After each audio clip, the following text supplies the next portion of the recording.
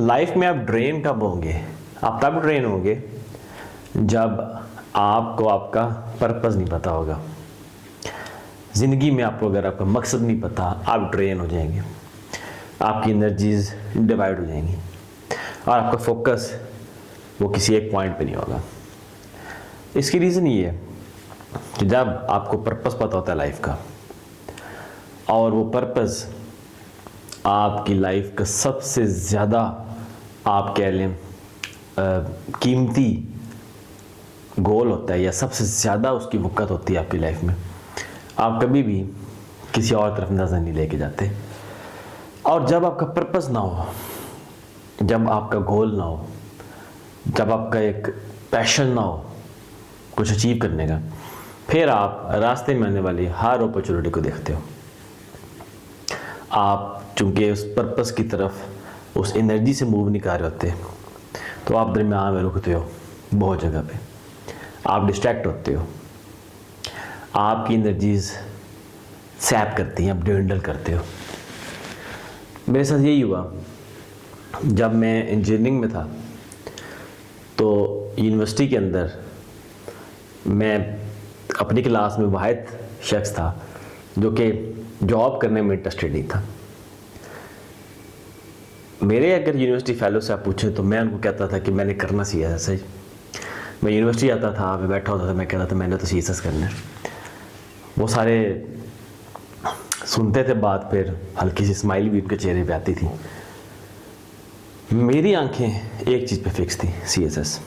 जब मैं यूनिवर्सिटी से पास हुआ तो मेरी नज़रें सिर्फ एक पॉइंट पे थी, CSS। और मैंने कहीं जॉब के लिए अप्लाई नहीं किया, नेवर। मैंने कभी जॉब के लिए अप्लाई नहीं किया। मैं इंजीनियर हूँ, मैंने कभी किसी जगह रिसीव नहीं भेजी। मैंने फोकस रखा CSS पे, ना मैंने राइट देखा ना मैंने लेफ्ट देखा, मैंने सिर्फ CSS को देखा। उससे मेरी एनर्जी कंजर्व रही, एक पॉइंट पे रही, क्योंकि मेरा पर्पस एक था, गोल एक था। टाइम लगा, फेलियर्स आए, डिसअपॉइंटमेंट्स आई, लोगों ने कहा आप नहीं कर पाओगे, बहुत सब ने कहा, कोई बिलीव नहीं करता था मैं कर जाऊंगा, कोई बिलीव नहीं करता था। मेरा फोकस था, पर्पस था, उस पर्पस ने मुझे बचाया, उस फोकस ने बचाया मुझे।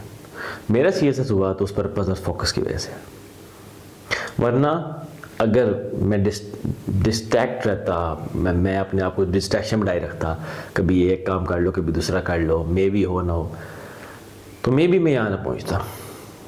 इसमें रिस्क का एलिमेंट बहुत ज़्यादा था।